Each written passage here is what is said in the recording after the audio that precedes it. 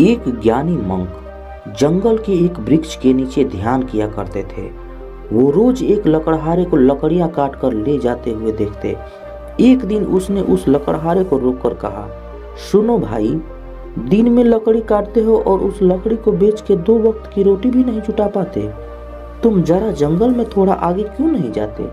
वहां आगे चंदन के वृक्ष का घना जंगल है। एक दिन काट कर ले जाओगे तो हफ्ते भर के खाने की व्यवस्था हो जाएगी। उस गरीब लकड़हारे को विश्वास ही नहीं हुआ, क्योंकि वह सोचता था कि जितना वह जंगल को जानता है उतना और कोई नहीं जानता। जंगल में लकड़ियां काटते काटते तो उसकी जिंदगी बीत गई है। ये साधु इस वृक्ष के नीचे बैठा रहता है, इसको क्या खाक पता होगा इस जंगल के बारे में? मानने का तो मन नहीं हुआ, लेकिन फिर भी सोचा कि नुकसान ही क्या है, कौन जाने, शायद वह सन्यासी ठीक कह रहा है। फिर झूठ भी कहेगा क्यों? शांत आदमी मालूम पड़ता है, दयालु भी लगता है, और इससे पहले कभी बोला भी नहीं है। एक बार प्रयोग करके देखने में क्या जाता है। साधु की बातों पर विश्वास करके वह लकड़हारा जंगल में आगे गया। जब वो वहां से लौटा तो साधु के चरणों में सिर रख दिया और कहा, मुझे क्षमा करना। मेरे मन में बहुत संदेह आया था, क्योंकि मैं सोचता था कि मुझसे ज्यादा इस जंगल के बारे में और कौन जानता है। मेरा बाप भी लकड़हारा था, उसका बाप भी लकड़हारा था। हम इसी जंगल की लकड़ियां काट काट कर अपना गुजारा कर रहे हैं। कभी ये सोचा ही नहीं कि इससे आगे भी शायद कुछ हो सकता है। मैं भी कितना अभागा हूँ। काश पहले पता चल जाता तो आधी जिंदगी गरीबी में नहीं गुजारनी पड़ती। साधु ने कहा, फिक्र मत करो, जब जागो तभी सवेरा है। अब जाओ और जाकर चंदन की लकड़ियां काटो। अब उस लकड़हारे के दिन बड़े मजे से गुजरने लगे। एक दिन लकड़ियां काट लेता, 7-8 दिन जंगल जाने की जरूरत नहीं पड़ती। बाजार में उसको इतनी कीमत मिल जाती जिससे वो अपने परिवार के लिए हफ्तों का राशन पानी का बंदोबस्त कर लेता। ऐसे ही दिन गुजरने लगे।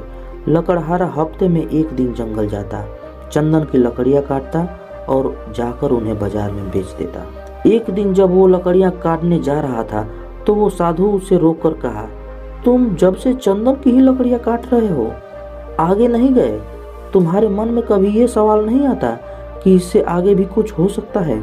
यह तो मेरे मन में सवाल ही नहीं आया कि चंदन के आगे भी कुछ हो सकता है, लकड़हारे ने कहा। साधु ने कहा, चंदन के आगे जरा जाओ तो वहाँ चांदी की खदान है। लकड़ियां काटना छोड़ो, एक दिन ले जाओगे 2-4 महीने के लिए हो जाएगा। अब तो वह साधु के ऊपर भरोसा करने लग गया था। बिना कुछ सोचे समझे वहां से भागा। वहां जाकर उसने देखा तो वह हैरान रह गया। वहां तो सचमुच एक चांदी का खदान था। वह खुशी से उछलने लगा।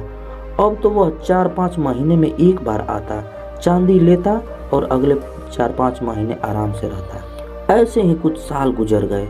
एक दिन जब लकड़हारा चांदी लेने जंगल जा रहा था तो वो साधु उसे फिर से उसी पेड़ के नीचे मिला।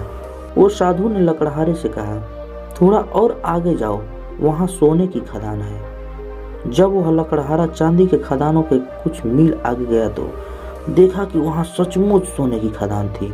इतना सोना जो उसकी पूरी जिंदगी बदल सकता है। सोने की खदान का पता चल जाने के बाद वह लकड़हारा एक बार सोना ले जाता और साल भर तक जंगल नहीं आता। उसकी जिंदगी बड़े आराम से गुजर रही थी। ऐसे ही कुछ साल गुजर गए। सालों बाद जब एक दिन वह लकड़हारा जंगल में सोने की खदान की तरफ जा रहा था तो उसे फिर वो मोंक मिल गया, जो कि एक पेड़ के नीचे बैठकर ध्यान कर रहा था। जब उस मोंक ने लकड़हारे को सोने की खदान की ओर जाते हुए देखा तो बोला, तुम कभी जागोगे नहीं या मुझे ही हर बार जगाना पड़ेगा? तुम्हें खुद अपनी तरफ से सवाल नहीं उठता? मन में जिज्ञासा नहीं उठती कि आगे जाकर देखें कि क्या है? लकड़हारे ने कहा, मैं भी मंदबुद्धि हूँ, मुझे ये सवाल ही नहीं आया। मैं तो समझा कि सोने से बड़ा और क्या हो सकता है, बस यही आखिरी चीज रही होगी। फिर साधु ने कहा, अरे भोले इंसान, सोने की खानों से आगे जा, वहाँ तुझे हीरे की खदान मिलेंगे। जब वो वहाँ जाकर देखता है तो उसे अपनी आंखों पर भरोसा ही नहीं होता। वो सचमुच हीरे की खदान के पास था।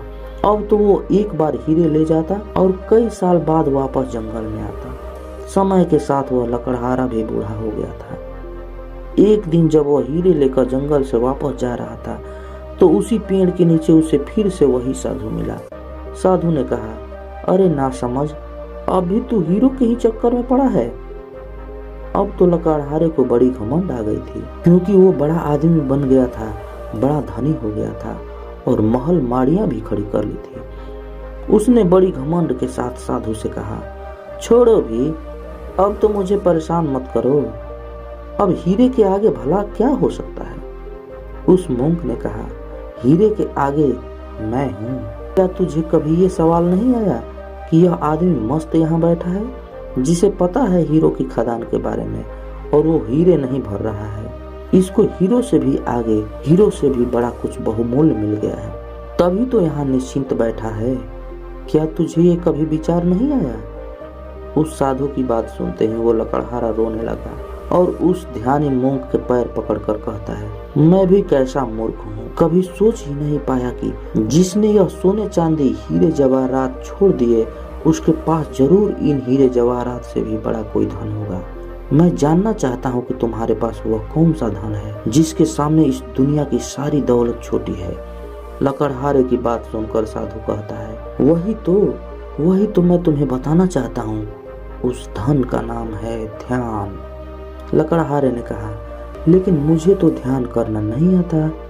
साधु ने कहा, ध्यान करना बहुत सरल है। बाहर का धन तो बहुत इकट्ठा कर लिया, अब जरा भीतर की ओर मुड़ जाओ और आराम से बैठ जाओ, फिर देखो कि तुम्हारे अंदर क्या चल रहा है। अगर कोई अनुभव हो तो उसे पकड़ो मत, बस देखो, हो सकता है तुम्हें परमात्मा मिले, लेकिन तुम्हें उन्हें भी नहीं पकड़ना है। तब तक देखते रहो जब तक कि सभी अनुभव, सभी विचार शांत न हो जाए। मगर ध्यान रहे, जबरदस्ती किसी भी अनुभव को करने की कोशिश मत करना। इस विचार को खत्म करने का कभी प्रयास मत करना। जब कोई अनुभव ना रहे और कोई विचार ना रहे, तब तुम निर्भीक होकर समाधि में स्थित हो जाओगे, फिर इधर उधर नहीं भटकोगे और तभी केवल शून्य होगा, और उस शून्य में ही जलता है बोध का दिया, आत्मज्ञान का दिया।